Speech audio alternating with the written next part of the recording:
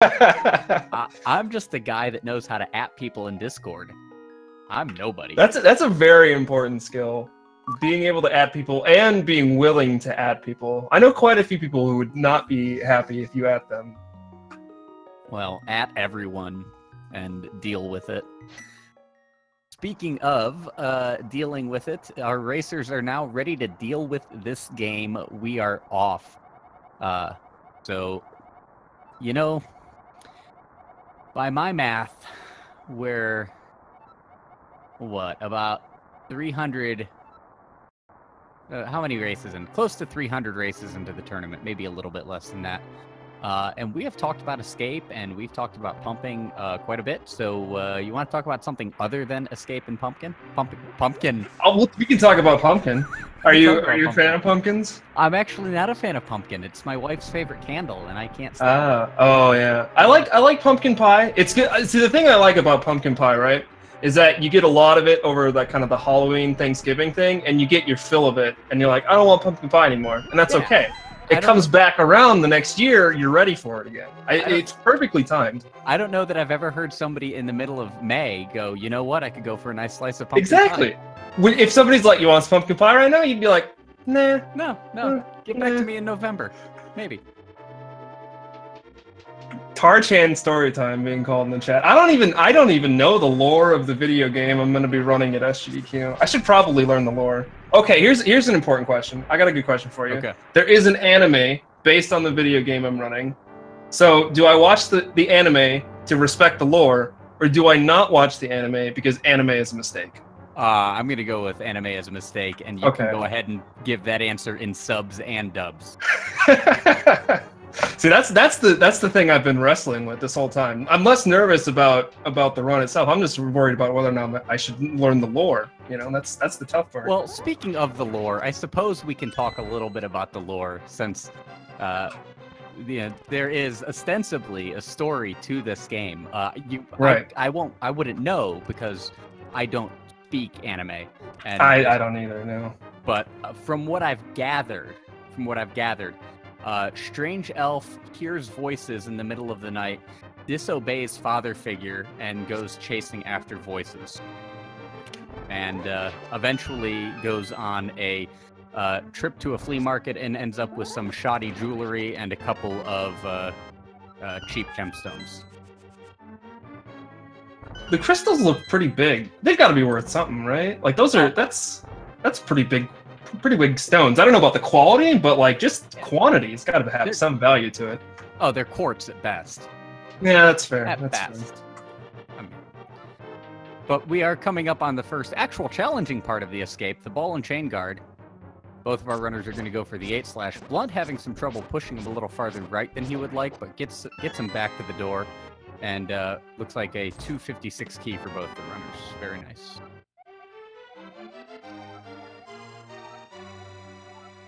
The stones have girls in them. That's true. That's a thing we didn't consider. I don't know if that helps the situation, honestly. It might make it worse. I personally prefer my gemstones to not come pre-packed with a corpse. Yeah, I've never had the option given to me, but I think if I did, I'd probably pass. Corpse free, definitely the way to go. Yeah. When buying jewelry, you don't want to get the engagement ring with a corpse in the stone. So.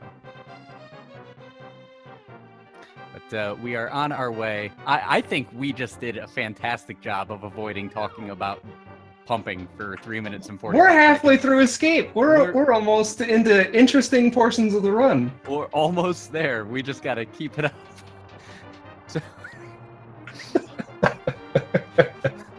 So now that we have picked up Zelda, we are on our way back through the castle and headed towards the sewers, which will conclude this thrilling opening 5 minutes and 50 some odd seconds of the run. Yes, approximately a time saved from pumping so far. Well, seeing as they're almost done with the run, I'd say about an hour and 25 minutes. Yeah. Yes. Yeah, I don't know why everybody struggles so much. You save Zelda right away. I don't know what everybody else does for an hour. You're done. You saved the girl. Save girl, pump, win. That's it. really easy video game. Absolutely. So now we are in the sewers, have to dodge these snakes here. Walrus gets a pretty good pattern. Blunt had to go bottom row, but Walrus was able to go right up the middle. But now it's just a matter of dodging opening chests, which you gotta press the button. That's tough. But it's just a matter of dodging some snakes and bats and rats. These water rooms, we kid, but in these water rooms, pumping actually does save a observable amount of time as opposed to just walking through them. Blunt getting a good... Oh, missed the key, though. Walrus getting a really good key wrap, but had two rats kind of converge on him there. Wasn't able to capitalize on the solid RNG. And a little bit of bad luck from that rat. Had to wait for him to go by. Yep.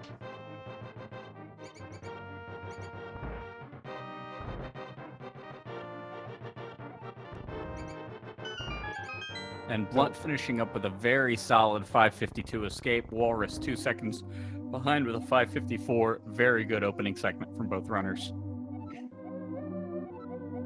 I'm curious to see if either of them will go with the safety of Sankart.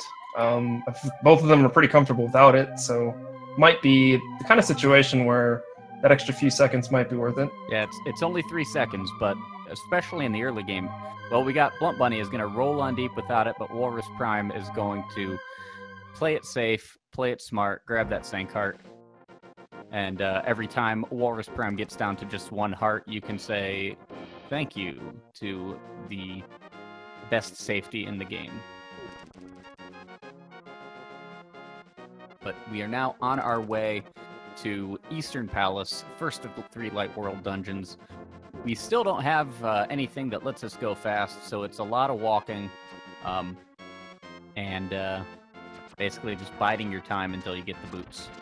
You know, just kind of enjoying the nice, serene nature of Hyrule, minus the Octoroks and guards everywhere. The beautiful wildlife, yes. Ooh, Blunt picking up a red rupee there. That's going to be very nice. Yeah. We'll talk a little bit about the rupee route in a minute or two. But that red early on going to help out quite a bit. Yeah, it's kind of like, you know, obviously having to kill enemies and escape costs time, but the fact that when he did have to kill enemies, he got a lot of drops and escape, and that kind of positioned him to get that red early on. Doesn't have to look for any more drops. Yeah, Walsh has taken a couple of hits going into Eastern, but he'll be okay. There is a trick pretty early on in Eastern where you do need to take some damage to save a bit of time. Kind of one of the biggest reasons people pick up Sankart is for a little extra safety in that room. So he should be able to get back up close to full here without too much problems. Speaking of tricks, Blunt is coming up on one of the first tricks in the run. This room with the 4 Stealthos is about to enter. Normally when you walk in, you're going to trigger 4 to spawn, but by walking in this pattern, Blunt causes 2 of them not to be able to spawn and can kill the other 2 while they are waiting for the others to spawn, and just move through it much quicker than intended. Walrus using the boomerang to grab a heart there to get back up to full. So you see runners will be picking up some arrows. Arrows is, you know, one of the honestly most important things to kind of keep track of throughout the run, as the bow and arrow, one of the most useful items for any sort of combat scenario. So having plenty of arrows for any situation is really good. It's very important for the first boss coming up, the Armos Knights. So throughout the run, you'll see the runners hitting specific spots to grab some extra arrows in order to help them out. Coming up on the big key skip. In this next room here, you see BluntBunny trying to run into the little Popo, use the damage boost to grab the pot, and taking another damage boost off the anti-fairies. It skips having to go through killing all the enemies on the screen. That's the intended strat, so very nicely done there. We'll see how Walrus fares. Looks like he has it nice and easy as well. Oh, takes another little extra hit, but nothing too bad. Yep, thanks to Sankart, he's still got 2 full hearts. So Walrus was let's see. We've got a philosophical question in the chat. Did Walrus get the Sankart because he's taking damage, or is he only taking damage because he got the Sankart? Huh. Is it like Interesting. Sankar Karma? Yeah, it's really. Yeah, is he just extra reckless at this point because he's got that safety? And he's causing him to take a little more damage, or did the Sankar choose him, or did he choose the Sankar? That is deep. So, Blunt is making his way into a pretty tricky room. This is called the Zelda Gamer Room. These two Stealthos, each of them can take one of 3 movement patterns, and you have to quickly read and react and kill them before they get too far out of the way. Blunt handled it very well. Let's see how Walrus does. Very nice as well. And Blunt entering the Armos fight. Gonna go to the top right and get a quick kill here. 5 arrows to the right, go to the top left and fire 13 down. We fire 5 to the right to leave the last Armos with 2 arrows, and then we can get a 3rd arrow into him before he has a chance to regenerate and turn red. Perfectly done by Blunt. And Walrus also executes it very well. Very nice. Pretty solid Easterns from both runners there. 10:51 for Blunt, and it's going to be close to an 11:01, I think, for Walrus. But that means that we can go get boots, and boots means we can actually go fast. So we got that going for us. I've heard that going fast in your speedrun is good. Is that something that's okay? Okay, I wanted to make sure that was correct. I've actually heard that going fast in your speedrun is cheating. Oh, it's cheating even. Oh man. I believe. We'll just pretend we don't see them going fast. It's a minor glitch. Going fast. Oh sure. Minor glitch. Okay. Speaking of minor glitches. And going fast, we've got spin speed. So we've got a few minor glitches that are exclusive to the Japanese 1.0 version of the game that our runners are using. And the first is this. By charging up your sword and then tapping A on the frame after you release the spin, you get put into a glitch state. And by transitioning from stairs to flat ground, for whatever reason, the game decides, I don't know what you're doing. Now you can move at dash speed in any direction. So we've got about 4 or 5. There are 5 minor glitches. 6 minor glitches. 4 of them are exclusive to the Japanese 1.0. One of them you probably won't see from either of these runners. But you're going to see a lot of this spin speed glitch, so... Yeah, it's used in quite a few places. None of them save maybe as much as you would think. Like the screen you just saw Walrus and Blunt go through, that really only saves about 30 frames. It's a lot of little stuff like that, but little tiny optimizations is really the name of this game. Yep. So both of our runners have learned how to read by picking up a book, and they'll be heading over to Desert now. Reading is fundamental.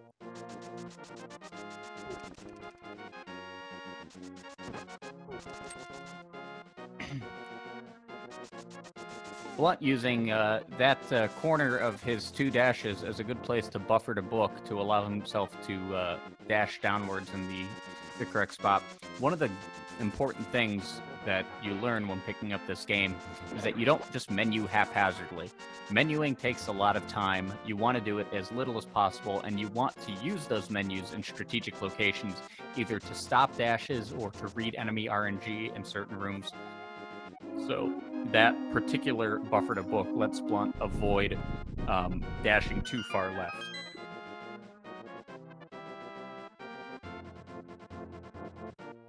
Not hearing any book spam from Blunt as he heads up into Desert. I'm hoping we get a little bit as he moves through. Book spam, very important to have. I would say that you're going to hear none of that. BluntBunny is on the record as hating memes. I know. I give him a hard time every time, but I was hoping maybe for me. It was my birthday yesterday, so maybe he'd do it for me. He won't do it for me. Since we just got those boots in traditional early 90s Nintendo level design, get an item, use an item. So Desert is full of wide open rooms to dash in, and we're going to see a lot of that boot movement here.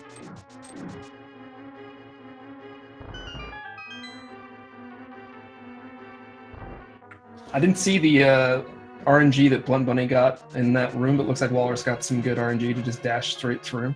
Yeah, Blunt had to cancel his dash, but read it correctly. So again, oh, sorry, go ahead. We were talking about menu buffers and using menus in strategic spots. That room's one of them. Some people will use the menu to lamp, which is the next item that you're going to need in that room to read the cannonballs. It's just things that you can pick up, or decisions that you can make as to where to place your menus and how to use them to be most efficient for you as personally.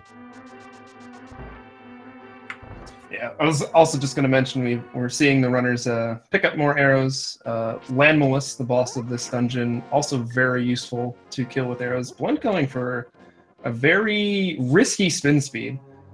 Since when you're in that kind of glitch state, you'll actually jump directly off the ledge if you hit it. And we see Walrus using that menu buffer to Lantern there to avoid doing that. If you jump off there, you lose a little over a minute having to go back through the first part of Desert. And it only saves, a handful of frames. So both of them taking the risk, but it does pay off for both of them.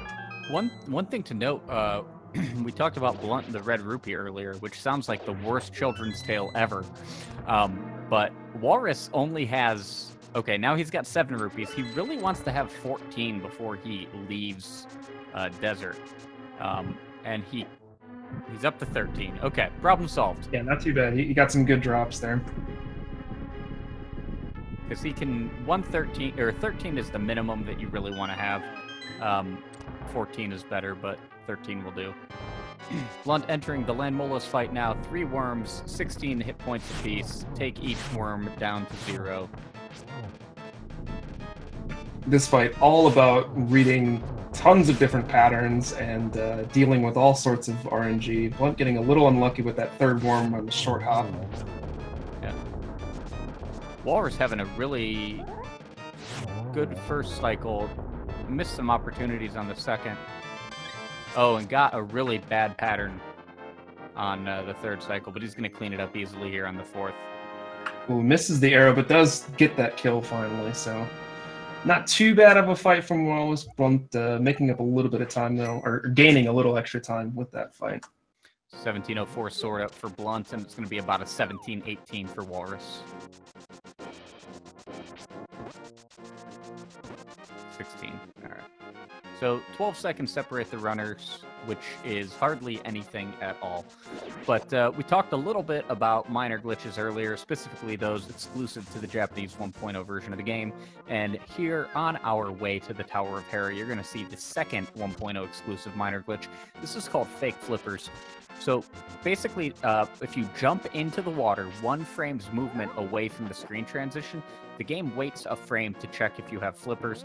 Transitioning the screen cancels that check, and you are then able to spin freely, or swim freely. If you get hit while in that state, the game will recheck for flippers, and if you're on a different screen than the one you jumped in on, you soft lock. So both runners executing the fake flippers, getting through safely, and onwards to Death Mountain and fun with rocks and squirrels. Yeah, coming up on, I think, a strong contender for worst screen in the game. The first screen of Death Mountain. You get nice little sky cabbages falling at you. You've got dead rocks that like to get in your way and just cause you to lose time for no reason. It's a ton of fun, and we get to go here 3 times. So if you loved it the first time, you love it the next 2. Clearly, I don't have a lot of pent-up aggression against the first screen of Death Mountain at all. There's a reason I call it the aggro crag, and not just because Guts is the greatest TV show in the history of Nickelodeon. I think the real question is, do you have it? I do not. Yeah, me either. There's no way I would have gotten through the aggro crag. I see myself at 10 years old, no chance. I don't even think I could have gotten through some of the stuff on Double Dare. Like finding the flag in that giant whipped cream pie. I would have been all about that. I would have been in that whipped cream pie immediately. Double Dare would have been my jam. I would have been all about Double Dare. I heard they used like the same whipped cream for like 3 days of filming. So if you catch it on the wrong day, it got pretty stank. That's fair. You just have to not think about it. Yeah. I guess. Yeah, that's the kind of thing you have to be able to overcome to win Double Dare.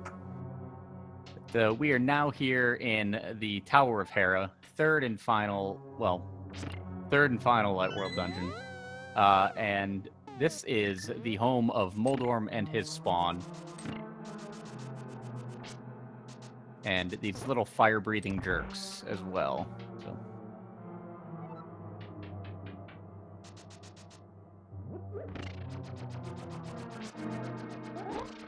See Blunt setting up here. Looks like he's gonna pass on it. There's actually a strat here where you can throw your boomerang and dash. You can throw your boomerang down and dash to the right, basically on the same frame. That sets it up so you can actually stand on the pegs and have invincibility frames while you're tiling your room. But looks like Blunt didn't quite get the setup he wanted. Walrus just hanging out in a little crevice there with some pots as they wait out the auto-scroller.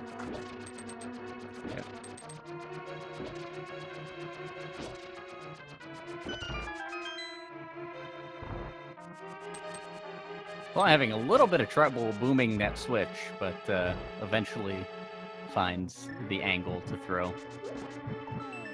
Okay, I was actually wondering what Walrus was going to do there, because he never did menu to boomerang earlier.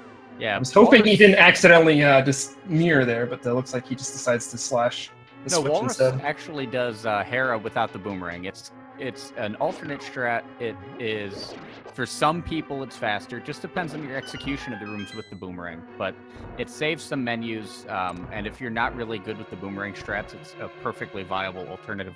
Walrus getting a very nice arrow drop there. Yeah, that'll kind of make up for the ones that he was unable to hit into the landmass, so he's at a decent arrow count now.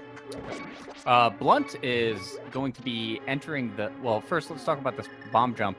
We have 4 of these in the run. Basically, we can use damage boost from the bomb to get over small gaps.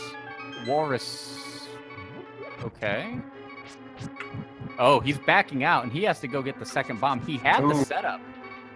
Yeah, it looked like he was okay there. I don't know why he wasn't comfortable with what he was doing, but it looks like he's just going to kind of reset up everything here. Yep. He uses... get over. Oh, Blunt fell to the bumper skip, too, and now he's got to be very careful. Has to watch out for this fire.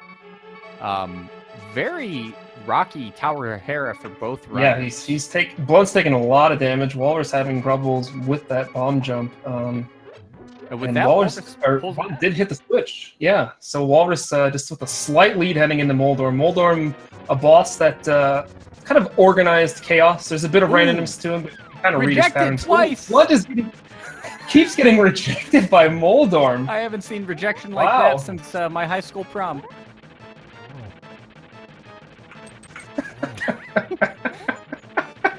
I was going to talk about Moldorm, but I don't remember what we were talking about anymore.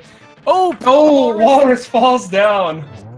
Oh, and Blunt dang. finishes off Moldorm, so Blunt back in the lead here. Walrus is going to have to, unfortunately, restart the fight. Moldorm's HP resets every time you go up. This is a roller coaster of emotion.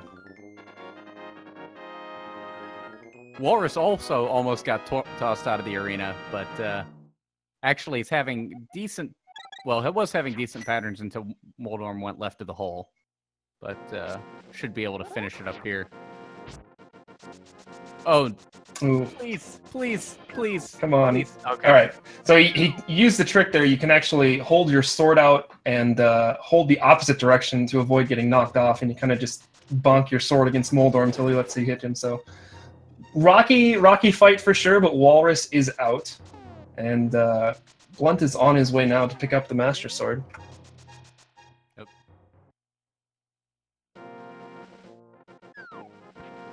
Was he down to 1 heart? Do we have to give a quick shout out to Sankheart? I don't think. I think he was at 2. Yeah, he was at 2. All right. So we talked about the rupee route earlier. Do you want to tell us what they're going to do now to get the rest of their rupees? Sure. So we saw Blunt pull on a tree there and get a bunch of red rupees. What that is going to allow him to do is if he kills 4 enemies without taking a hit, he can pull on another tree and that'll drop red rupees for him. The reason this is important is you need 110 rupees in order to get into Palace of Darkness, which is the next major dungeon they'll be entering. So this is kind of the fastest way to get that money that you need. You see Walrus, he'll be at 104 if he gets all the red rupees, but there are some rupees in Hyrule Castle that you can pick up as well to get to that required 110.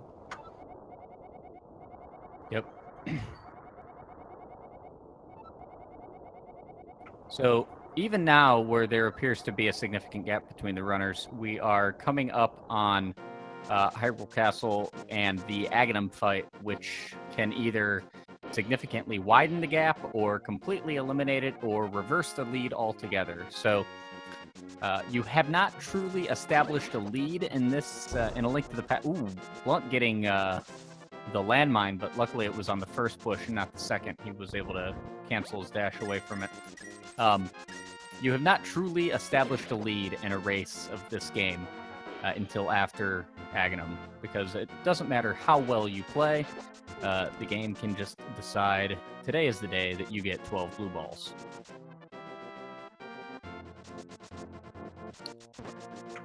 Or in the case of one of our esteemed commentators, 15.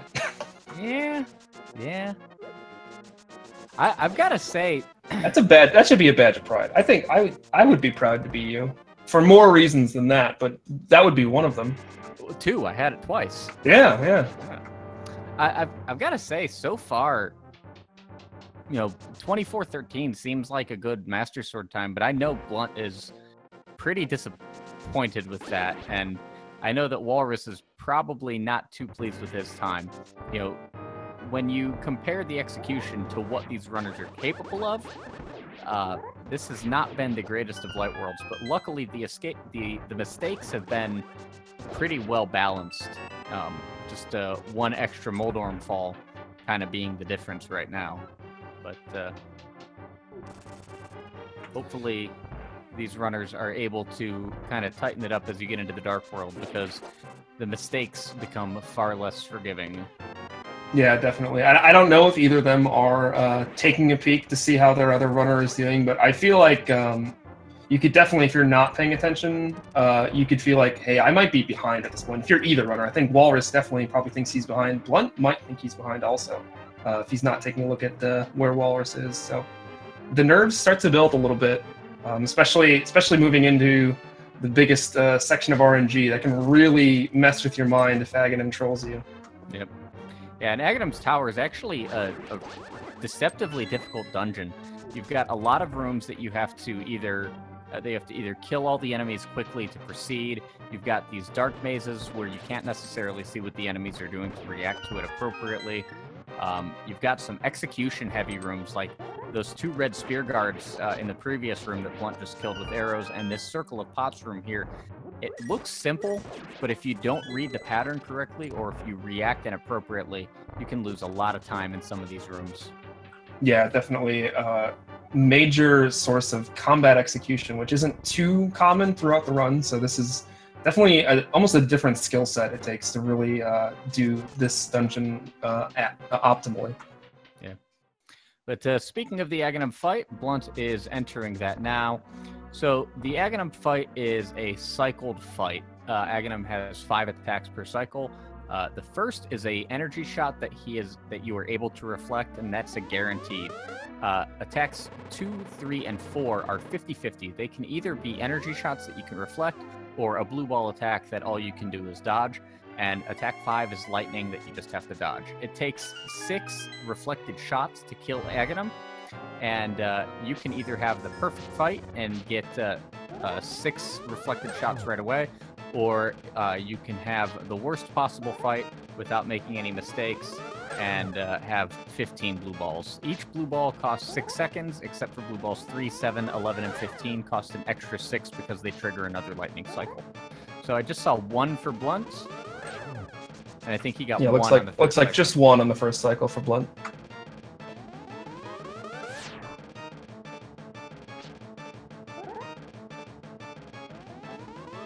I think Emma just made a pun in chat. Okay, that's 2 blue balls. Might be accidental, but it did happen. That's 3 blue balls for Blunt, so that's 24 seconds to RNG. That's 1 for Walrus.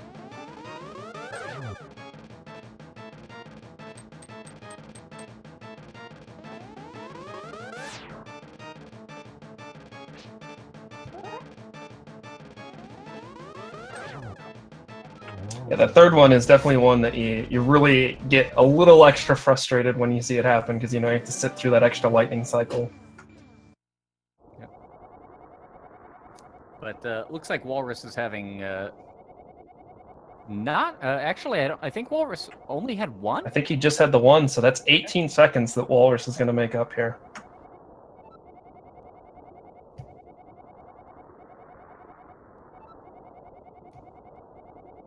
Yep, and strictly on luck of the coin flip.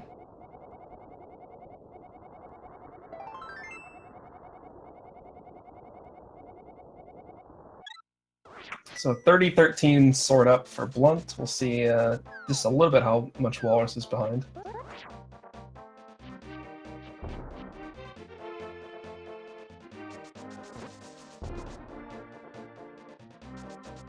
It's like a 30-28, so 15-second gap between Walrus and BluntBunny. As you mentioned, this is where the mistakes really can start adding up, so a 15-second lead is basically nothing. Yep. And it's also where the difficulty ramps up significantly.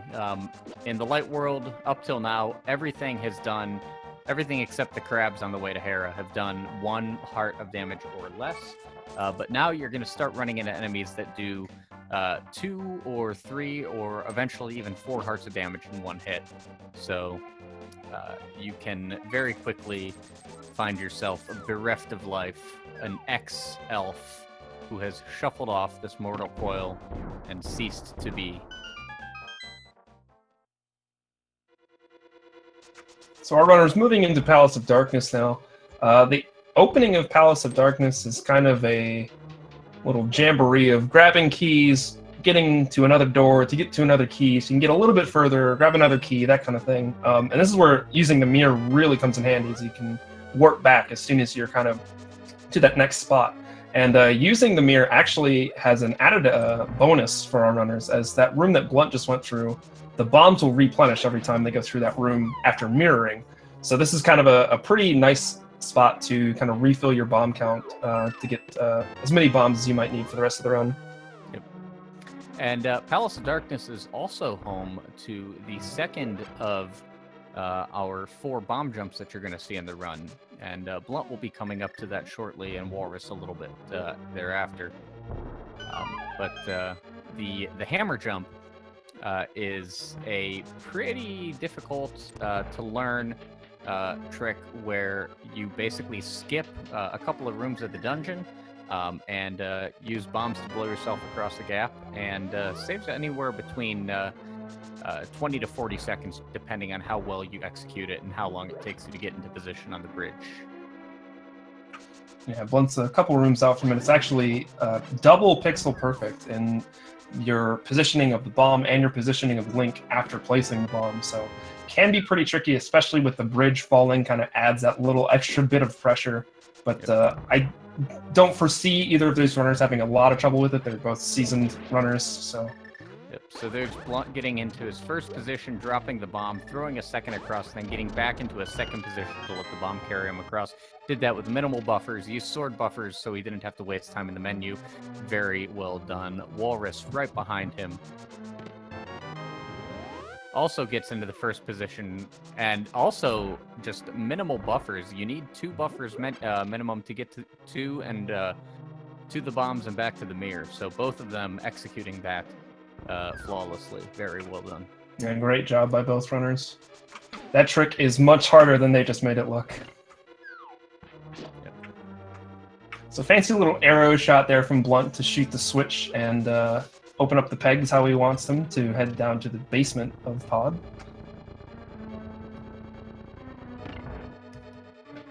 But Blunt going into the first Mimics room of the game, these little guys are pretty tricky to handle. The reds will mirror your movement and the greens will copy it. So you're able to use Link's movement and dash charges and buffered movement during the bow animation to kind of put them where you want to go. Walrus is having a little bit of trouble there, but fired a few extra arrows, but eventually got through. But those Mimics rooms are again, these runners make these things look easier than they really are. Mm-hmm.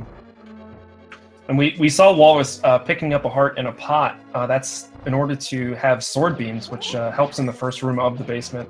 Allows you to use your sword beams to hit a switch as opposed to having to switch to your bow or your boomerang to do so. So you like to go down there without taking any damage at all, but if you do take a little bit, there are those pots a couple rooms earlier to let you refill your health. Yep. And we see BluntBunny moving into the Helmasaur King fight. This fight, pretty tricky, requires 17 hits with the hammer to break the mask, and then you have a couple of different options as to how you want to kill him after that. But there's a lot of RNG, a lot of reacting to patterns with this fight. And we see Blunt going for those hammer hits, which does the most damage. Very great fight there from Blunt. Really well done. Not only did he get the hammer kill, but he also was able to take the mask off without keeping his sword charged. You see Walrus is doing that. It keeps him facing Helma. It kind of increases the ability to hit the mask, and also kind of will knock you back instead of taking damage. It's a little bit slower, a lot safer, but... And Walrus having some trouble landing some of these hits. Gets 2 hammers and then just finishes it up with 4 slashes. Not too bad. Done.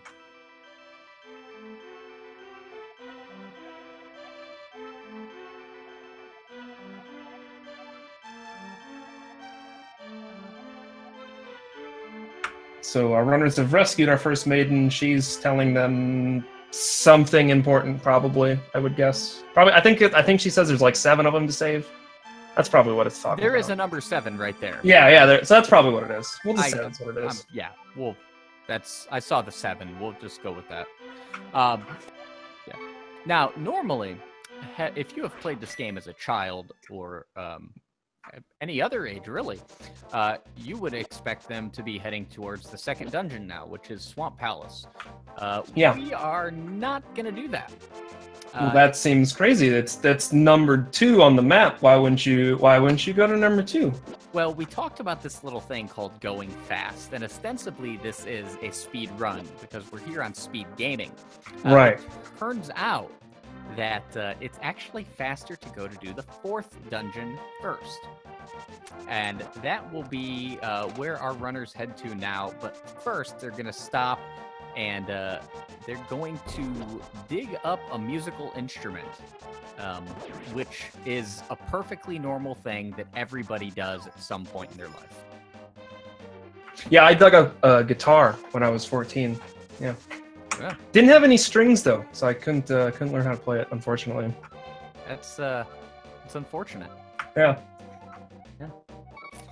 But so we've got a shovel. Unfortunately, this shovel is use once and destroy, unless your name is a Metatron, and then in which case it lasts 5 uses. But first try dig for Blunt, very nice. Very well done. I've heard that that's optimal.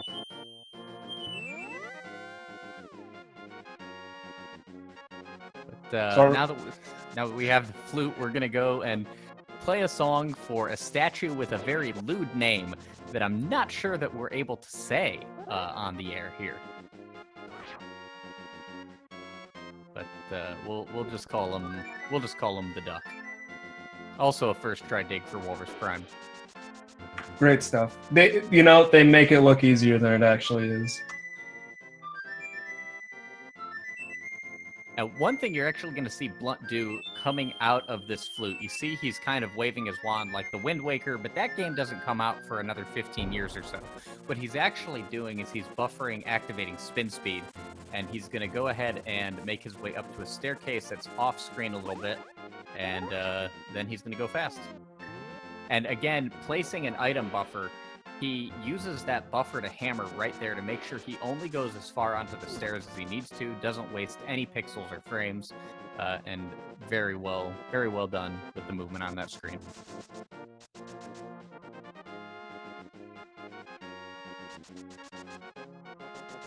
And you just saw also from Blunt, we saw it a little bit earlier, but didn't mention it at the time.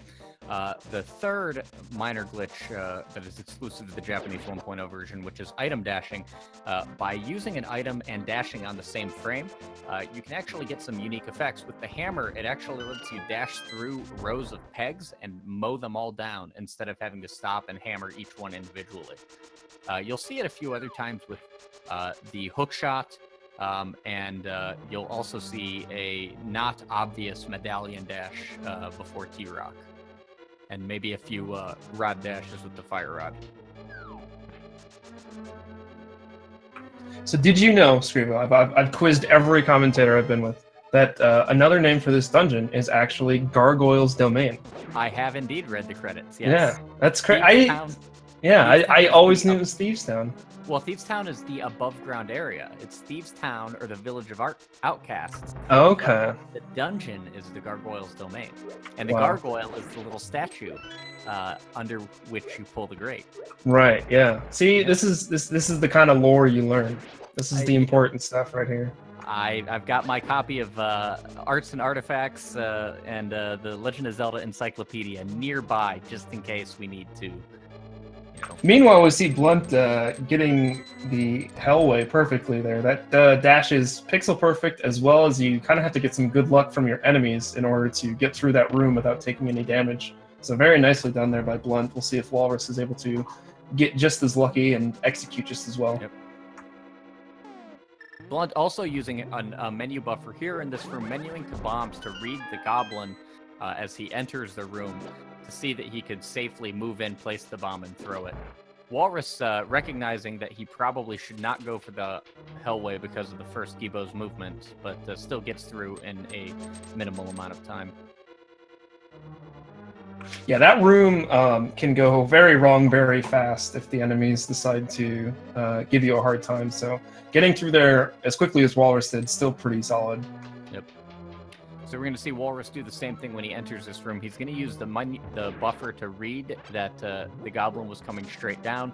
That means he knows he can walk all the way in, place the bomb, and blow the hole in the floor.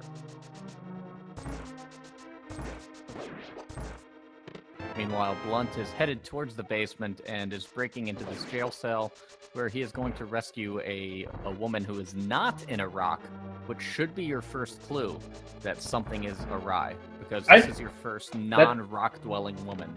No, I think everything's okay. I think we've rescued the maiden. We're gonna go on a nice sunlit picnic up here a couple rooms from now. It's gonna be great. It's gonna be a great time. Everybody's gonna be excellent. Yeah, it's fine. Everything's fine. This is fine.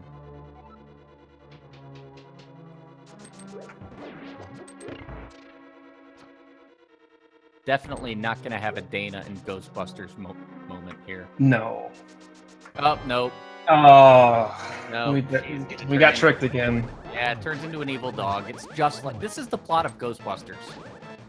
Link to the Past is literally Ghostbusters. Literally Ghostbusters. Now, this fight is actually somewhat, it's scripted is what we call it, but basically the AI is very readable and reactable. If you do the same thing every time, Blind will do the same thing every time.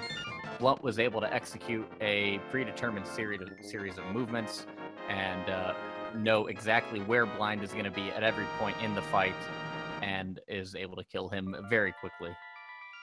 Meanwhile, Walrus is going to go in and hopefully execute the same fight. So you dash in, you're going to do a poke and then two pokes more.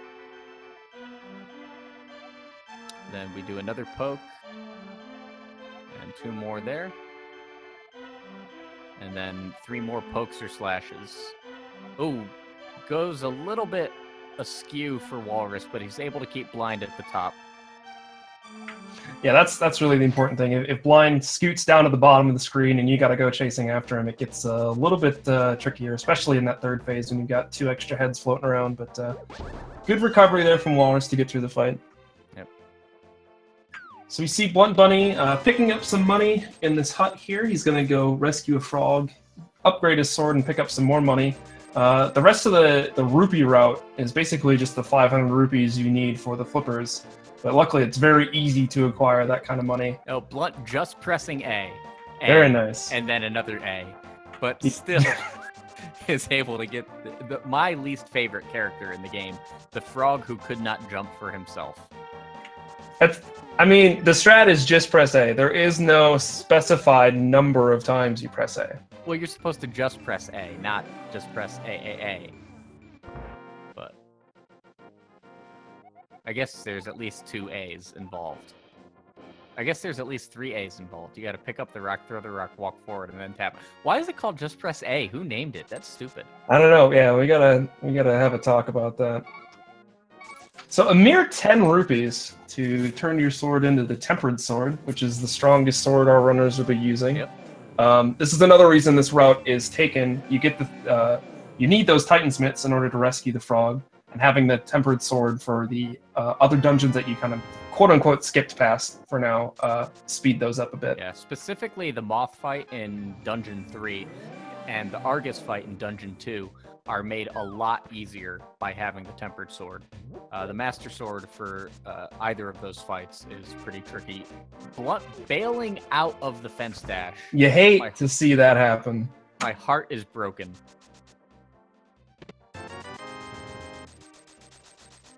But Blunt has picked up 600 rupees, 500 of which will be used later on, and is now on to Dungeon 3, which is Skullwoods. Now, the overworld segment here in Skullwoods is a lot more difficult than it looks. The movement is pretty tight. You've got to do some specific dash cancels. If you bonk here, you can find yourself quickly taking 2 hearts of damage from 2 or more hearts of damage from a misplaced enemy. But Blunt executes that overworld very nicely. Onto this mummy statue room, which Blunt also executes very well. Yeah, that room can go awry very quickly, depending on how those mummies move around. So very nice job there from Blunt to get through it cleanly. Yep. Picks up the big key, and he'll be heading back to the beginning of the dungeon. Yep. Meanwhile, Walrus is on his way into the Skull overworld now. And you're going to see Blunt executing his 3rd bomb jump, very similar to the one that we saw in Hera. The setup is almost identical. The movement to get into position is a little bit different, but other than that, pretty much the same in principle. And then you saw Blunt fall into the hole. He did that to get iframes coming out of the dungeon, letting him walk right on through that ropa. Oh, Walrus is that's not good. Too far to the left. Yeah, I wasn't quite sure if that was too far. I think it might be over just like literally 1 pixel, unfortunately. And he's taking a lot of damage here. Oh no. Oh, this is... He is probably going to death warp after getting the big key. Yeah, that's probably his best option here. Anything else would be...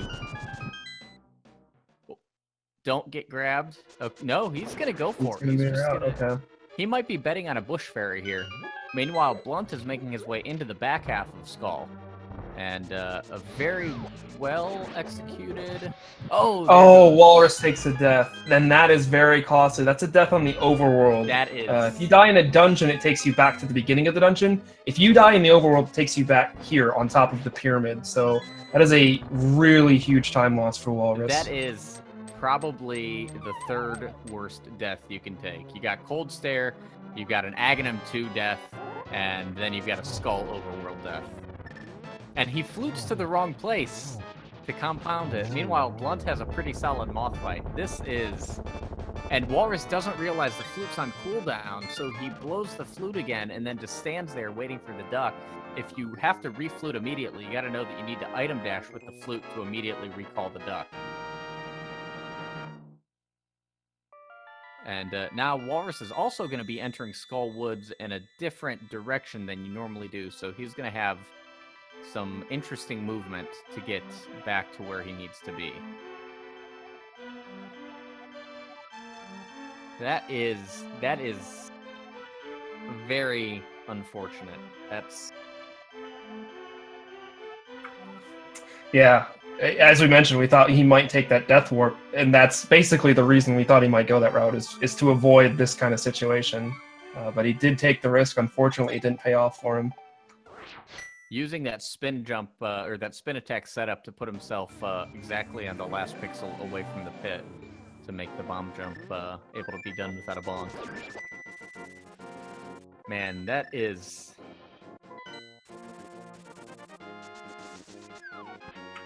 That's a pretty... That's rough. And there's just... You just have to soldier on from here. There's nothing else you can do. It's already happened, so you just gotta kind of get your wits about you and try to keep the run going as best you can. Yeah, now it's certainly not over yet. Blunt is on to the Ice Palace segment. He's going to do a little bit of shopping here first. Going to go get the Quake Medallion and the Flippers. But then he's on to Ice Palace. And the boss of Ice Palace is notorious for basically ending runs or otherwise ruining days. So a death on Cold Stare, which we certainly don't wish on anybody, but I, as much as anybody knows, that it happens. Yeah, there's still plenty of spots in this run where you can lose that massive amount of time, and really anybody, you know, regardless of your skill level, this game can just do some really nasty things to you sometimes. So Walrus back down not to 3 over hearts. He I don't know if he considered killing that Helmasaur to try to farm a fairy.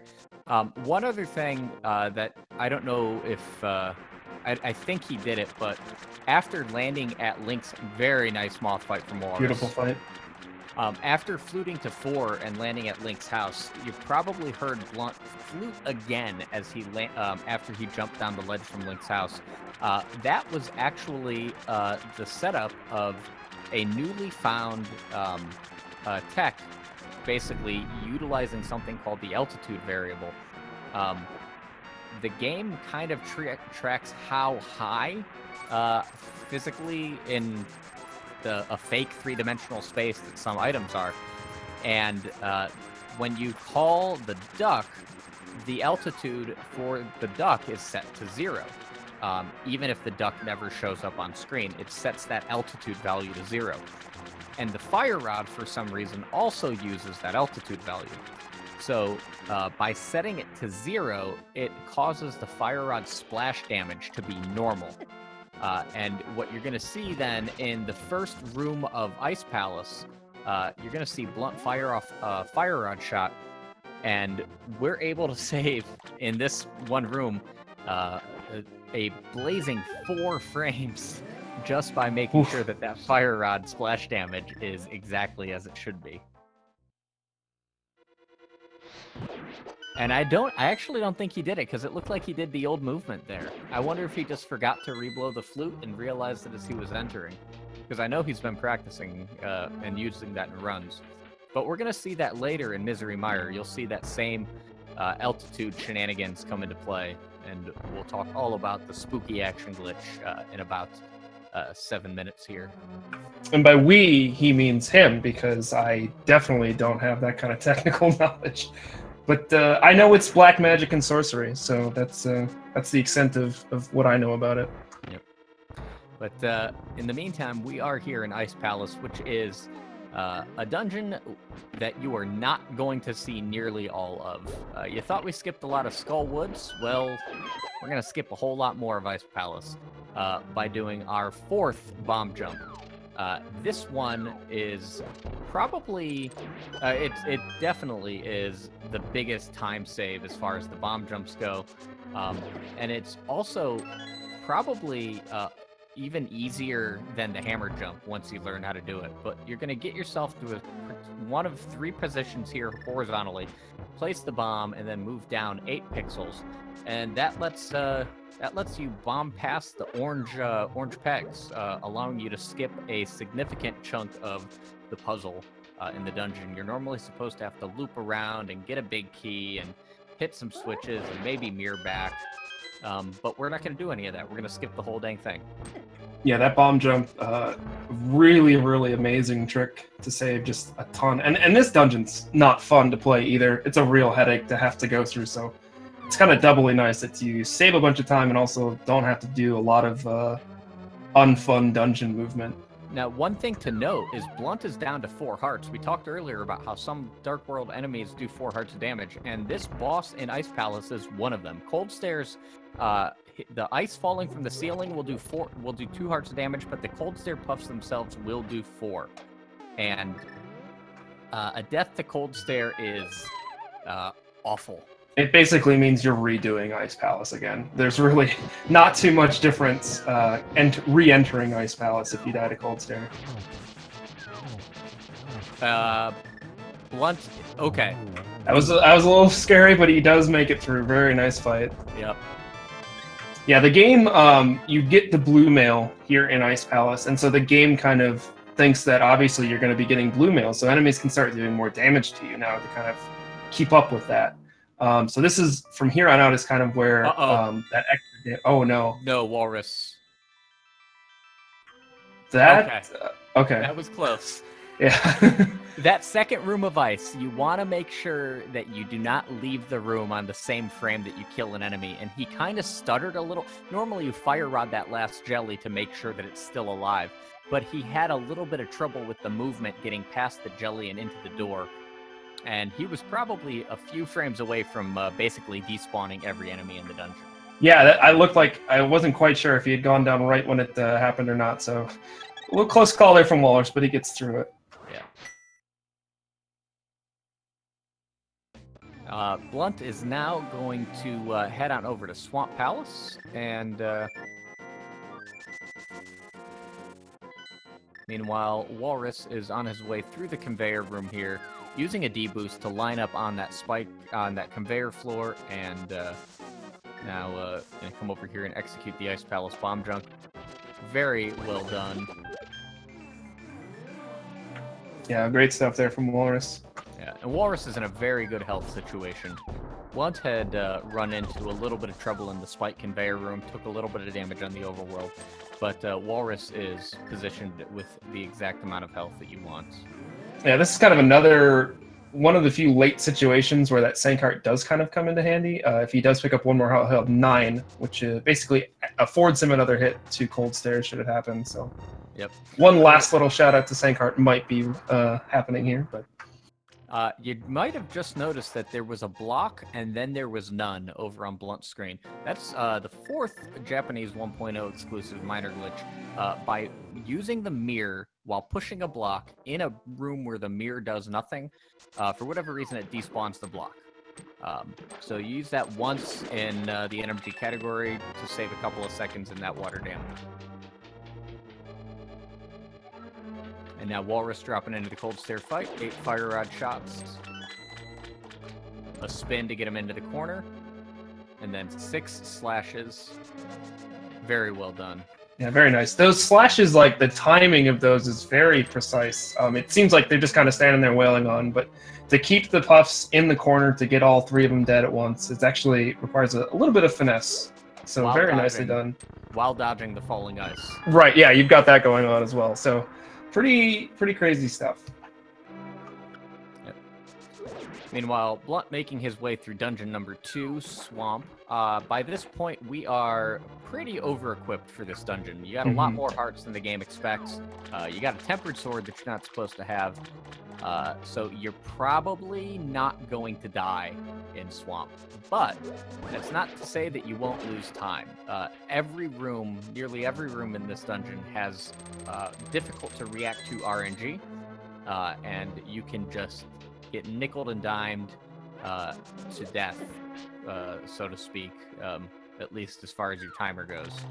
Yeah, Swamp, probably one of the easier dungeons to learn, but definitely one of the most difficult dungeons to optimize. A lot of people call it the dungeon of 1,000 paper cuts, because it's just little tiny things happening everywhere that can cut into your time. Yep.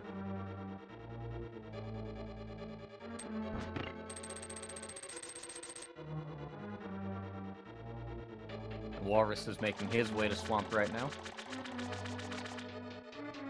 It looks like he's about 2.5 minutes behind at this point, so it is a fairly substantial difference, but there are still spots where that kind of time could be saved or lost. So absolutely. Walrus has got to just keep soldiering on here and hope for the best, I guess, or in this case, hope for the worst for his opponent, Blunt. There's that mirror blocker race from Walrus. And Blunt is going to fall down and get the big key here.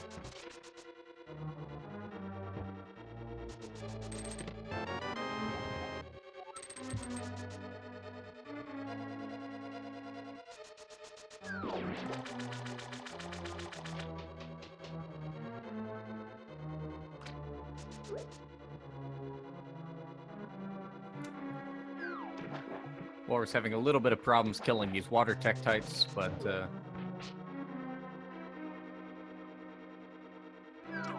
Blunt's going to be picking up the hook shot. Hook shot has a lot of interesting tech with it. It's one of the more interesting items in the game. I think a lot of people would put it down as one of their favorites. It's a little unfortunate that it's picked up kind of this late into the run, as you miss out on a couple of interesting things with it. But one thing that we'll see Blunt use it right here is he'll use an item dash with it, and that allows him to push the statue a little faster and actually pick up this pot right away, saving a little bit of time here in this room. There's a couple of other little spots where the hook shot will save you a little bit of time. It's also used to do the super speed without having to do the charging of your sword, so a little faster way to get that glitched state. Yep. It can also be used to give yourself iframes in the Ganon fight and a few other places as needed, but it's a pretty versatile item. A lot of uses that you might not recognize in your first casual playthrough, but as you start to learn the speedrun, you see the value in it pretty quickly. And another interesting use of the hookshot that you're going to see, you mentioned item dashing with it. Well, that is the way that we do the quick kill on Argus, and we're going to see Blunt attempt that here. He's going to dash into the Argus fight, hold his sword, do 2 hook dashes really quick to get start killing the puffs, and then start moving backwards. Kills all the puffs before Argus has a chance to do his hurricane cycle. Menus to the fire rod, 2 fire rods and a spin. Perfect from Blunt. Very well done. Yeah, he had it. The only real mistake, if you can call it that, was just the slight miss menu. Otherwise, that was absolutely beautiful fight. Yep. And that saves 7 seconds over letting Argus do a cycle. So.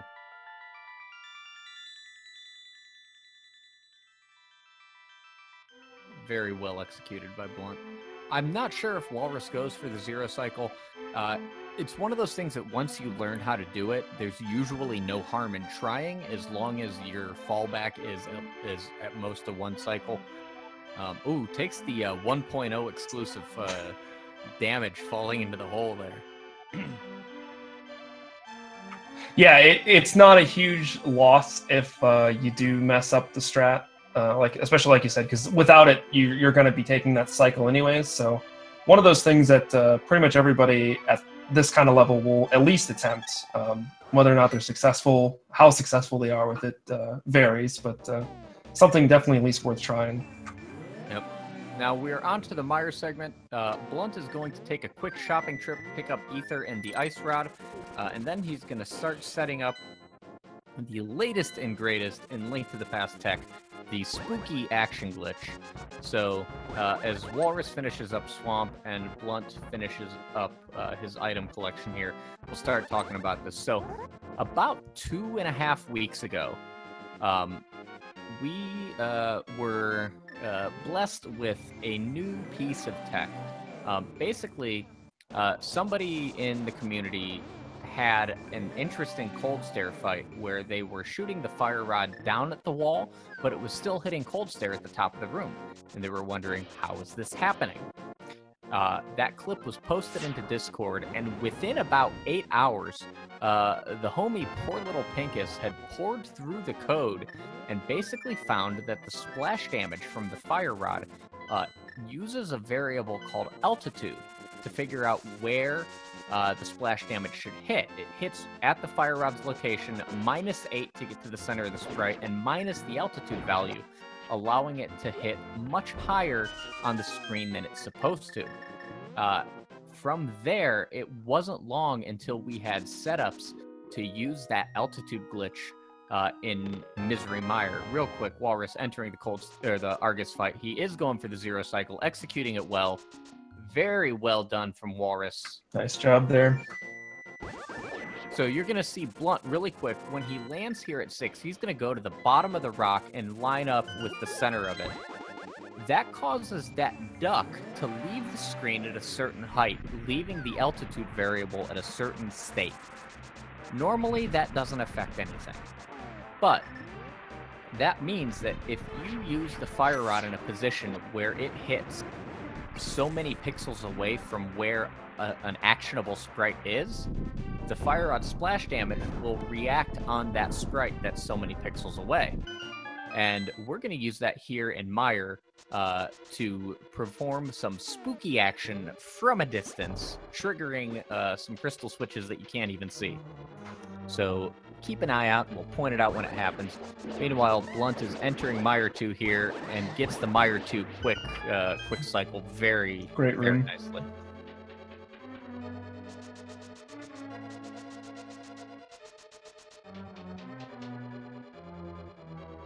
Yeah, so a question in chat, it seems like there should be more uses for that fire rod glitch.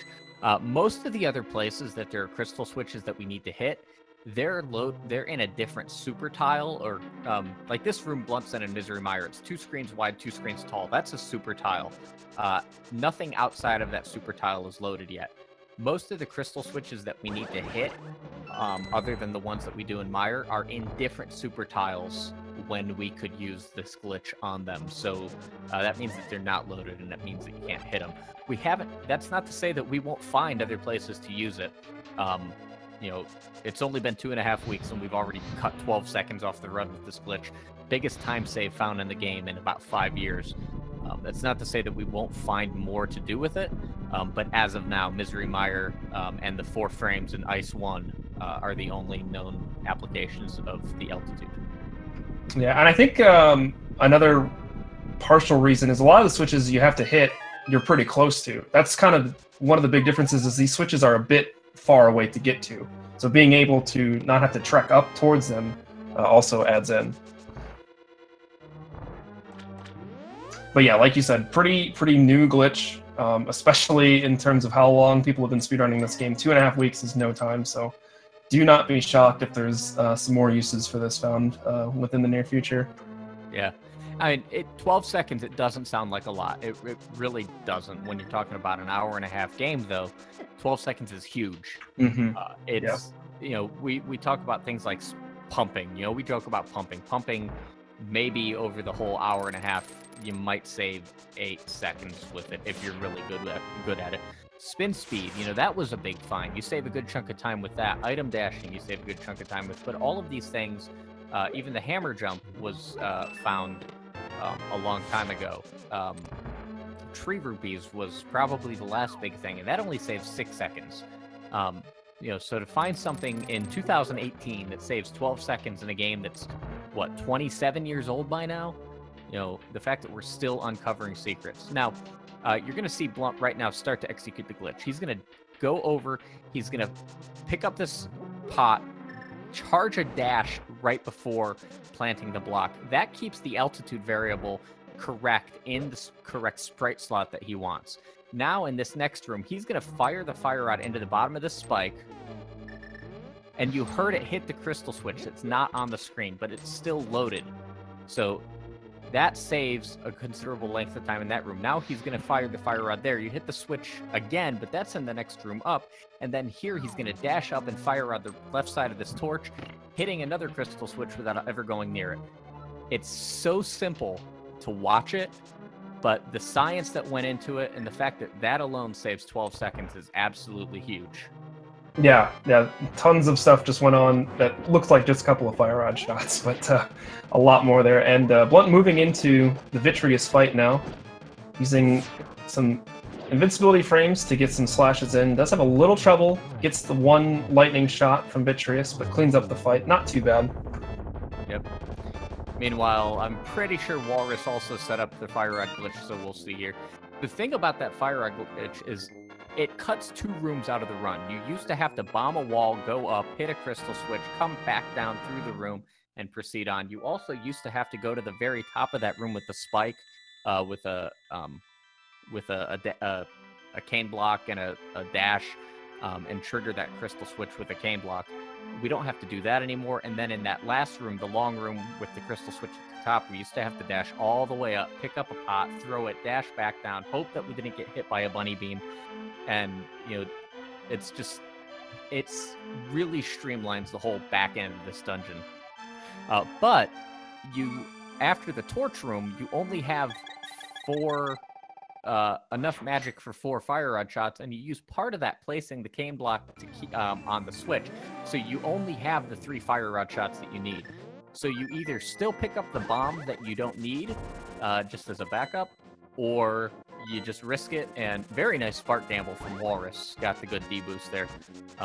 Basically, you've got one shot on that spike, or else you are not able to fully execute the glitch. Meanwhile, Blunt making his way to Turtle Rock.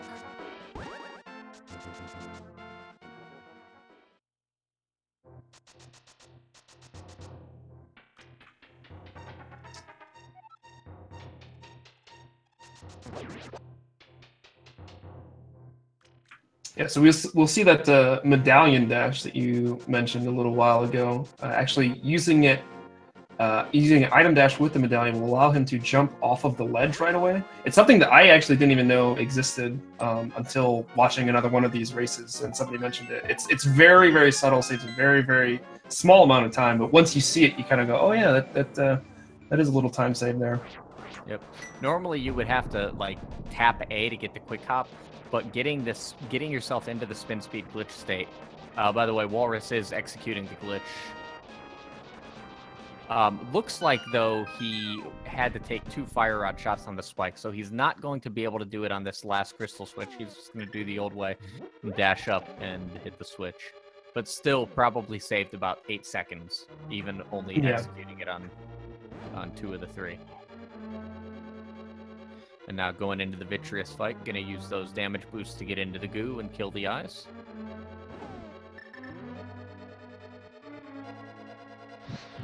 Very well done. Yeah, doesn't get the lightning, which is kind of what you want to see. Is you want to get through that fight without Vitreous firing off a lightning shot. Yep. With those damage boosts, you can kill the eyes and kill Vitreous, only taking 4 hearts of damage.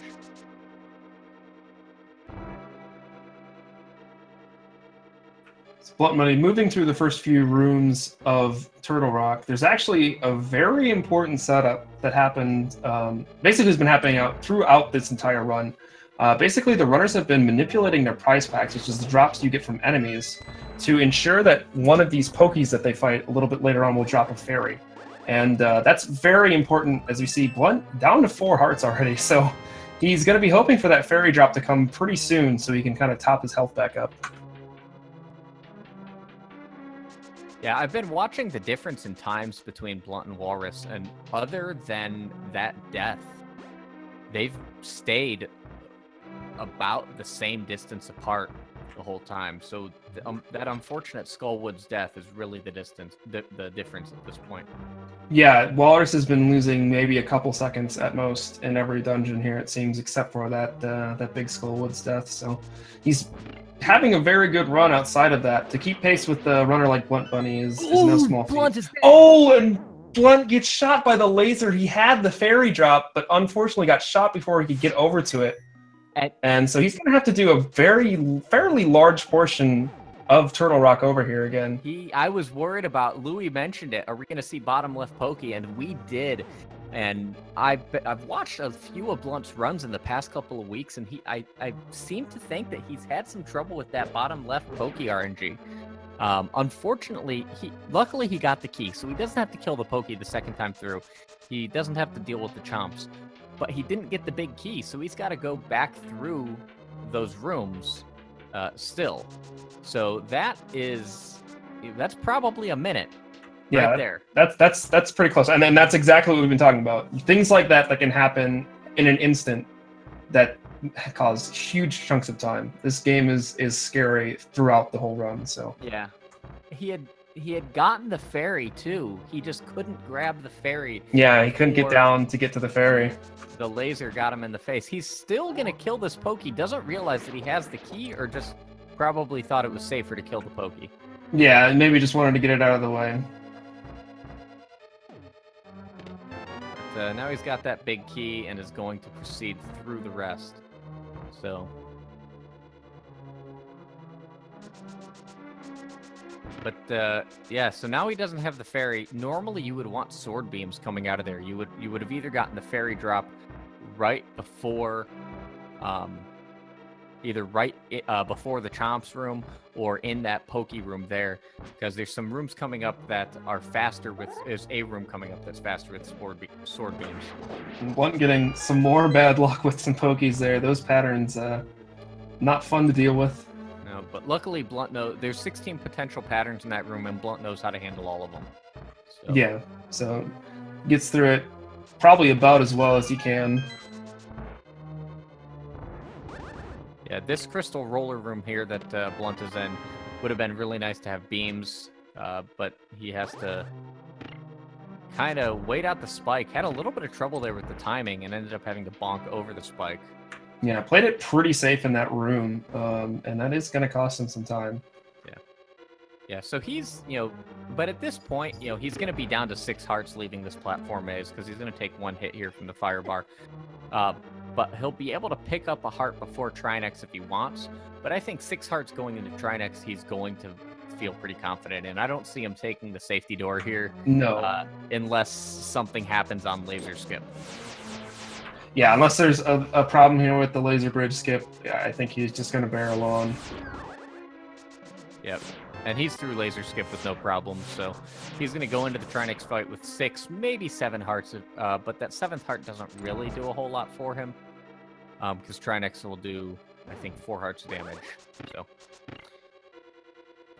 Using the pegs to get some iframes to scoot by that Pokey without any problems. Very fun-looking room right there, that one.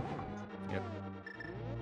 And you're going to see Blunt going into the Trinex fight. We're going to see what's called the backdoor strat. Normally, you just kind of wait out the heads, let them come out and kill them, but Blunt is going to dash around the back, hit the ice rod into the fire head, get 4 shots, 1 more ice rod, and then menu over to the fire rod, and basically take out these 2 heads as quick as possible. Very well done. Meanwhile, Walrus is having a pokey part, but gets through unscathed. Keeps his sword beams, which is very nice. Will help him out in this room coming up here. Very nice finishing of the Trinex fight there from Blunt. Yep.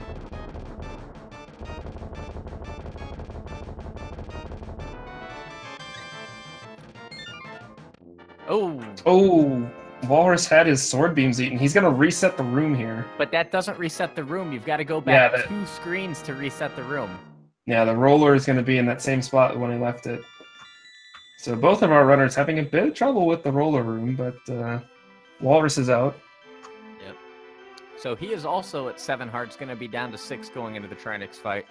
I still don't see him hitting the safety door, though. Yeah, no, I think exact same thought process here as Blunt. Sure, he's very comfortable with the Trinex fight, and won't have any troubles unless there's some sort of mishap on Laser Bridge. Yep.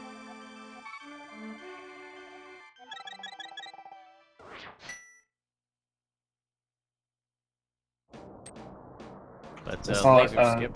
Sorry. Yep, good laser skip. A 117.26 sword up from Blunt. So we'll see what Walrus ends up with. We'll kind of see how much that death cost him. Yeah. Meanwhile, Blunt is heading into Ganon's tower. Objectively, the best dungeon in the game. It is basically the final exam of Link to the Past. It takes everything that you've learned, all the movement that you've learned how to do, most of the items that you've gotten, and basically forces you to use them as efficiently as possible before you die. So a lot of tricky rooms with pretty precise movement. So we'll see how Blunt executes here. Meanwhile, Walrus also getting the backdoor kill on Trinex. Very well done. And a double spin and a final slash. Textbook fight there from Walrus. Blunt getting the spike skip there. That's one of those stretches that you don't really see it happening, but he was able to hook shot down and catch the block before the spike blocked him off. Just a little time save, but very well done. And then gets through that double crystal switch room.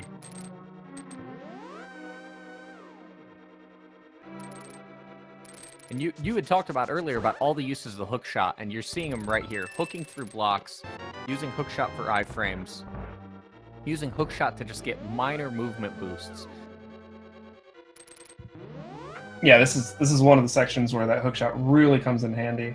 You just use it as many different times as you can to help you save time. So, Yeah. And yeah, I definitely agree how this is both in a casual playthrough and in a speedrun. This is the game really testing everything you know, everything you've learned. So it's really cool that even in the speedrun, even though you go through the dungeon much differently than you would, you're still kind of having that final test. So it's a very fun dungeon to watch done well. Yep. Yeah, except for the east side of Ganon's Tower. Seriously, screw the east side. Yeah, that part, I'm really glad that it's not involved at all in the speedrun, because it's not fun at all. Yep. We see Blunt entering the Ice Armos fight, so about the same fight as in Eastern, but now you're sliding around on ice, so very nicely done there to still avoid getting that enraged face. And looks like Blunt's going to pick up the extra 10 arrows, as he does need a few more throughout the rest of the run here. Yep. Well, they're actually not extra at this point. He needs a minimum of 4 to get through the Mimic's Room. Oh, that's right. Yeah, I always forget about Mimic's Room. I don't know why. It's there. You have to do it. There's 2 of them. Yeah. And they're also 2 of the hardest rooms to optimize in the game, but you're going to see Blunt go ahead and use not only the movement during... Ooh, he has a little bit of trouble there, but recovers very nicely. Using the movement during the sword slashes, plus the movement during the bow, to get the mimics where he wants them to be and kill them quickly.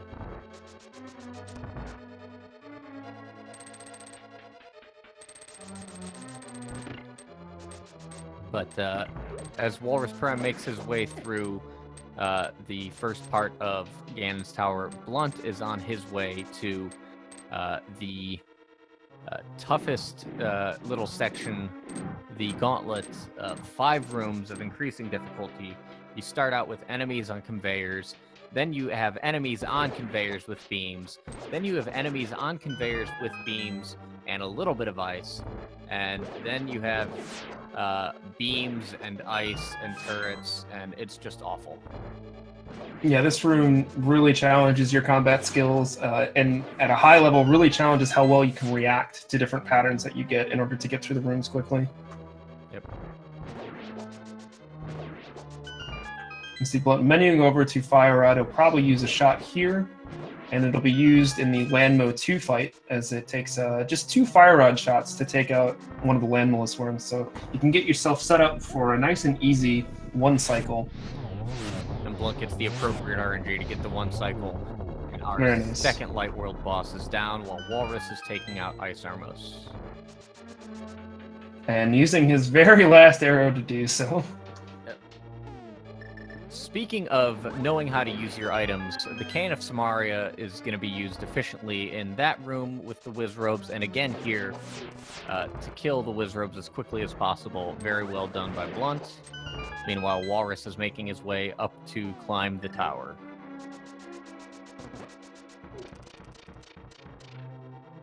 Gonna light some torches while Walrus takes care of these mimics. Oh, has a little bit of trouble manipulating the bottom mimic, but is still able to recover without taking damage. Yeah, I think he was definitely just in the mode of just getting through the room without taking any hits. As if those mimics do shoot at you, that does 4 hearts of damage. So with the gauntlet approaching, you definitely want to keep your health as high as you possibly can. Yep. Blunt having a little trouble lighting the torches in that room, but overall pretty solid stuff. He's dropping bombs here to try to get them out of his inventory. I don't think he's going to be able to drop enough here, though. He must have gotten a drop somewhere along the line. Probably, since he had to go back through Turtle Rock. One of the Poke prizes is an 8. Oh, yeah, that could have been. Yeah. But we're on to our 3rd Light World boss refight, Moldorm 2. He's a little bit easier this time, even though he's on a smaller platform. Just a slash and a spin with the Tempered Sword takes him out. Meanwhile, Walrus is progressing through the gauntlet, and Blunt is going to be on his way towards our 4th and final Light World boss refight, and this one is Agahnim. Yeah, so Agahnim 2, a little bit different. Aghanim's brought a couple of clones along. The clones will always shoot a shot that you can reflect back into Agahnim. So a lot of runners will kind of focus on making sure they're lined up to shoot those shots from the clones back into Agahnim. That may have been a single or a double. One of those may have canceled out. Yeah, it looks like he might have hit both at the same time. That definitely looks like he hit 2 at the same time. So he's at 2 or 3 hits. You need 6 to take out Agahnim. Yep, so that's 4. Gets a couple of blue balls as well, so hopefully just one more cycle for Blunt. Yep, there we go. Very well Nicely done. Ooh, Walrus getting hit and then getting 1.0 by the guard. So that's 2 hearts of damage. Yeah, you can actually still get hit by enemies as you're falling into a hole on Japanese 1.0. I think you linked it in the chat earlier, a video of you can actually get grabbed by the wall masters in Swamp in Skull as you're falling down into the Mothula fight. So yeah, one of the unfortunate parts of Japanese 1.0. Luckily, just about everything else that's different is useful for us. Meanwhile, Blunt is falling into the Ganon fight. 4 phases of the Ganon fight. We need to get the equivalent of 12 slashes to get through the first 2 phases. We're going to do 3 slashes and then a double spin to get 4, 5, 6, and 7. 5 more slashes to get up to 12, and then we're on to phase 2. 12 more slashes. Going to use those hookshot iframes there to avoid the fire ring, but he's going to clean it up to get to 12 slashes and on to phase. Oh no, he did not get the 1-in-1. Oh, he must have just missed it because that looked good. Yeah, I think he must have been 1 short. Yeah, taking his frustrations out on the wall there of missing the 1-in-1. Yeah, but now phase 3, you just got to wait for him to stop warping, and it's going to be 1 slash at each warp position. Very nice so far with 0 extra warps. Of course, on this pace, you get the 0 warp fight. That's how it happens. Yeah. He missed the 1-in-1 to get 0 warps. It was just all NMG manipulation. We're seeing Blunt about to activate the torch glitch here. If you light the left torch before the right torch goes out, the right torch will stay lit throughout the entire fight. And Blunt's using another little trick here in order to hit Ganon right as he's about to warp. Normally you need the silver arrows to deal damage to Ganon in this phase, but you can actually time a spin with the tempered sword to hit him. So makes this phase a bit easier having to only worry about keeping 1 torch lit. Yes, absolutely. It also means that you can keep the fire rod equipped instead of having to switch back to the lamp. Walrus making his way through Agahnim 2 while Blunt is spinning to win. And that is 12. And with that, BluntBunny is our winner with a official speedracing.tv time of 126.50 is his Speed Racing TV time, 126.46 on his timer. Let's see if our man BluntBunny would like to come in and talk. Walrus has passed his geometry test, and he'll be heading down into the Ganon fight as well.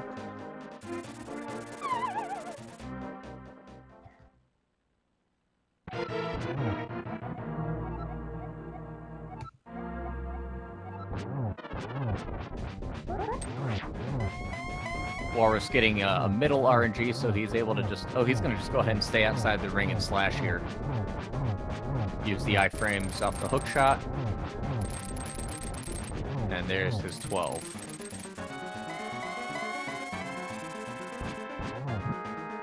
So, misses the slash, so Ganon does unleash that fire bat, but luckily it doesn't cause Walrus any issues.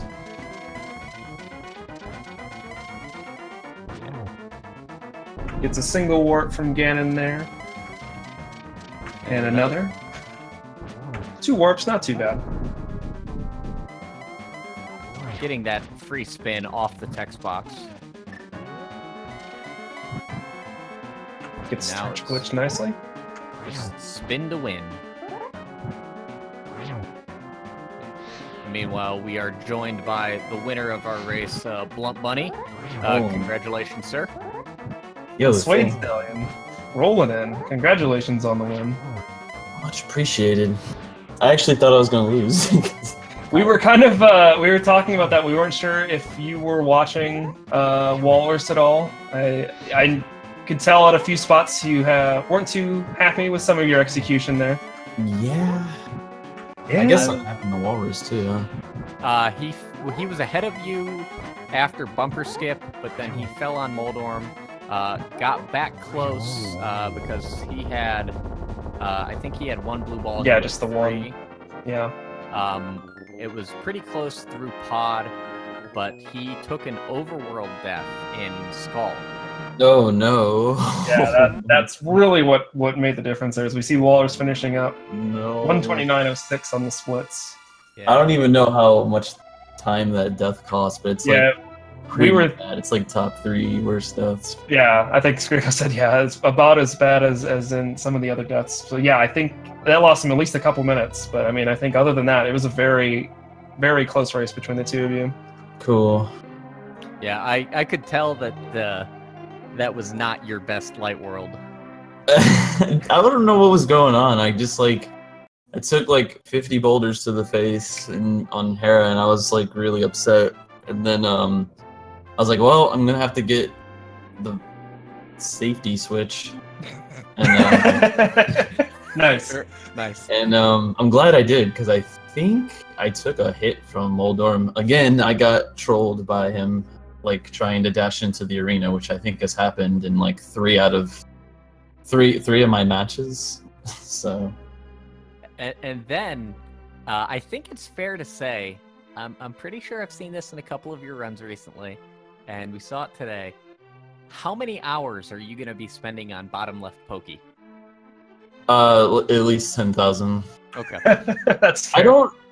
I don't know what happened. Okay, I did it right. Like, I executed it properly, but I was like, you know what? I really rather just take the ferry here. So, of course, I get punished for doing that, and the only reason I died was because I didn't take Sanctuary Heart, and because I had 4 hearts going into that room. Oh yeah, that's true. And then I got like a really bad chomp pattern. Like I just couldn't. That was a rough chomp pattern to have to deal with. But I mean, that's the nature of the game. Save 3 seconds, lose 1 billion. Yeah. I mean, it is what it is. But that bottom left, I always get that RNG when I either need the drops or I'm about to die. Like I always get it, and I'm always like on edge because it's like very dangerous, obviously, to go for that strat with 4 hearts. Right. Yeah, I guess Waffle has some new tech that he came up with recently to handle that bottom left that I need to look into. Yeah, and I probably should have did that. I like haven't like practiced it too much yet, so I'm like trying to stick with what I know. Well, it's one of the 3 rules of this game is that if you go for a strat that's safer, but you haven't practiced, you're going to die. Yeah.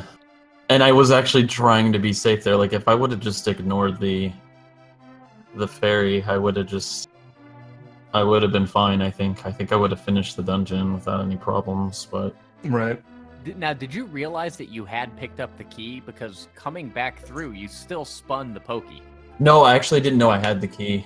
Oh, I was actually confused why he was still alive. I was like, what? I don't think I've ever seen that before. Yo, big day. Big day. Big day. Wallace Prime. Congrats on your win, dude. Get your knobs out for my boy Blunt, man. What a killer runner. I thought you were gonna win, dude, because I wasn't like I didn't have the stream up this time. Like usually I have it up, but I just didn't have it up because I just wanted to play. But I thought you were gonna win because I like died.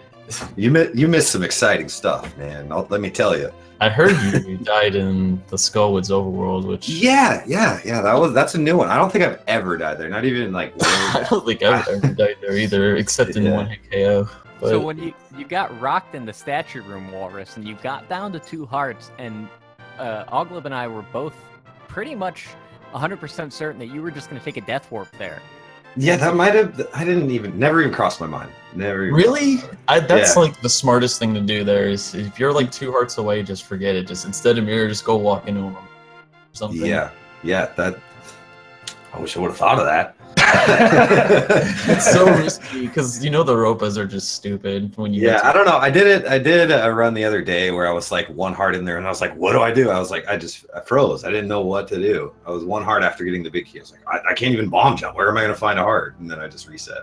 What happened to you with the statue going a little bit too far left is literally the worst thing in the game. Yeah, no, I did. I was pulling the statue. Yeah. I was like, "This is bad. This is not going to work. Why are you stop pulling? Stop pulling!" And I just no! You just want it to work out anyways, but you know it's not going to work out.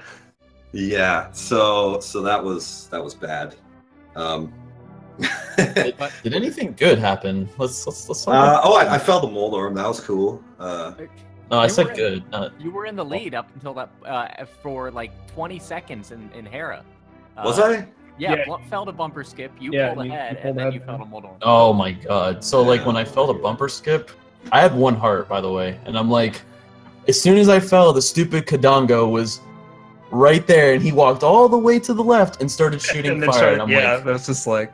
I was Oh, so mad. I was like, come on, dude, this is so dumb. Yeah. I had I was on the last hit the Moldorm, and he was just like, you know, hanging out on the left like he likes to do, and I didn't know what to do. And then he cornered me, and then I had my sword out on the edge. I thought I'd be fine, and then he hit me from like the right side, and down the hole I went. Then I had to go back and refight him with 1 heart. That was I'm glad we had epic light worlds then. How many blue Yeah, balls did it you was get? exciting. I had 1. I had 1 blue ball. Oh, nice. I was like, oh, maybe I'm gonna maybe catch back up here, and then I look, and you're still ahead. I had a really good like pod in thieves. Like I had a 606 pod and like a 704 thieves. So that was like really good. And then like everything else was just ugh. Yeah. I don't know. This race, I was like super nervous when it started. I'm more nervous than I think I've been for any race. So was I. Race Like, I was or anything. You know, I was just like shaking. It was I crazy. see that in both of you guys, even in Escape. I like some of the things that I remember are, I think in the key rat room, you actually in the key rat room, Walrus, you got pincered, which I've never seen. You had the key rat coming at you in the perfect spot, and you went to slash him, and then I think another rat came and got you from behind. Yeah, that was cool.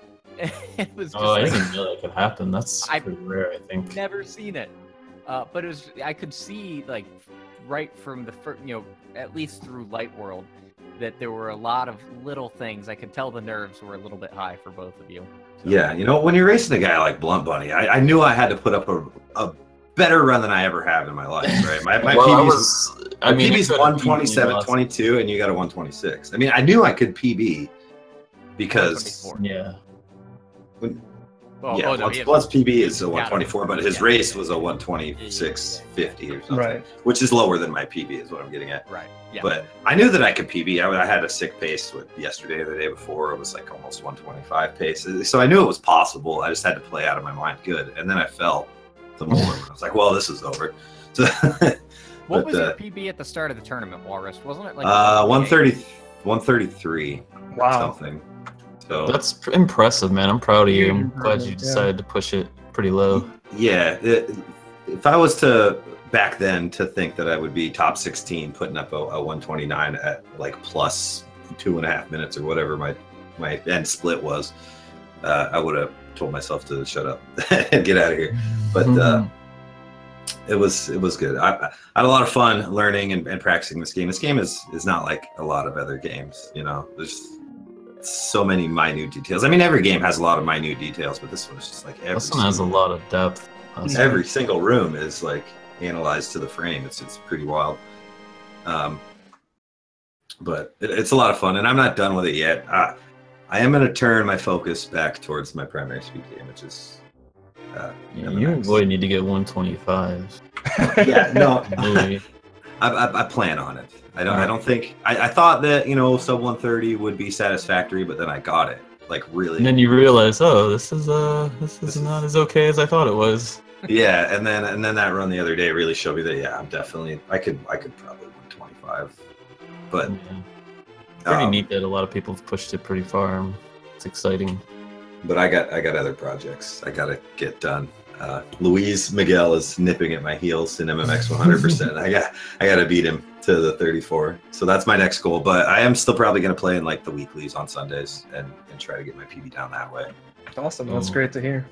I was going to ask if you were going to take a break or if you were going to keep working at it. So yeah, I'm not gonna grind per se, but I'm probably I'll probably play races on Sundays whenever I can, and then maybe do a couple runs on, do the race and then a run back or something. But the serious grind is on the back burner now to MMX, I think, for me. So. And BluntBunny, your next opponent as we move into the round of 8 is ACMLM. Any plans before that? Any special prep you think you're going to do? So there's a nice little fun fact about ACM. I actually raced him during the last tournament as well. And I actually remember everything that happened in that race because I was also nervous for that race because ACM, I think ACM had a 125 back then, but I think I also had a 125. I think it was a low 125.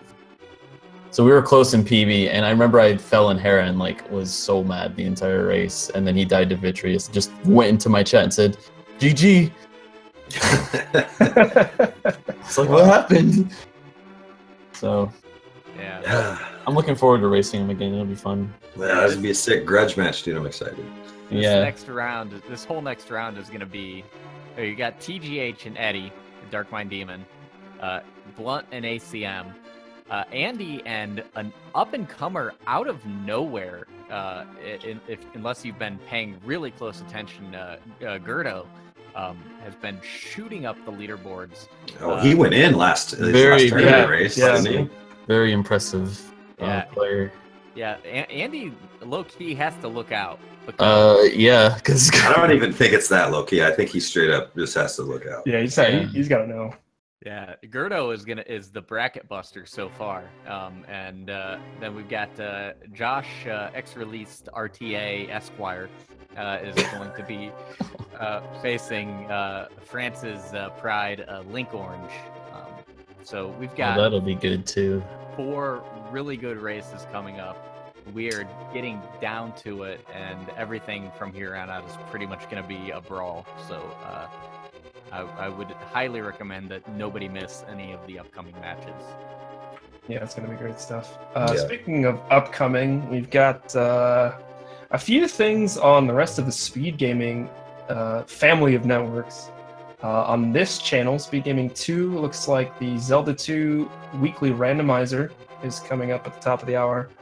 And then there's a couple of Link to the Past randomizer tournaments. They've got another one going on. There's going to be one over at Speed Gaming 1 and one over at Speed Gaming 4.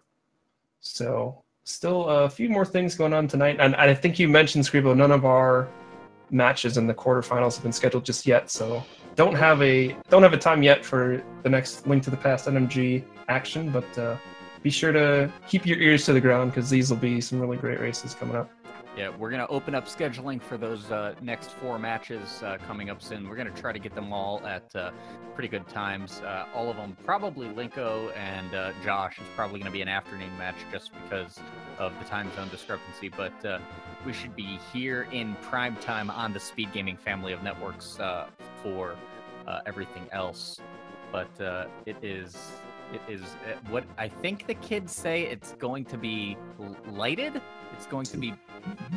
God no! Please stop. I don't know what the kids say. It's gonna be flamed. It's gonna be lit family. Oh, that's it. Yeah, fam is short for family, is what I've heard. See, I'm family. Long for fam. Yeah. But I think with that about wraps it up for us. So again, congratulations to Blunt for advancing. Congratulations to Walrus for the immense improvement over the course of the tournament. Making it into the round of 16 is very impressive. And good luck to you on your future speed plans. And hopefully the next time somebody's crazy enough to to put one of these Link to the Past tournaments together, we'll see you advance even further. Thanks. Nice run, Morris. Yeah, GG, Blunt. It was fun. I was glad I went out to you. I wouldn't have been mad if you beat me, that's for sure, because you definitely had a chance. You know, looking at the restream right now, the total games played 1 on both screens. I just want to say that's. You hate to see that happen. I really hate to see that happen. But it was fun nonetheless. So thanks again, and shout outs to you guys, Oglid and Scribo, for thanks for doing commentary. Yep, that was a blast as always. Yeah.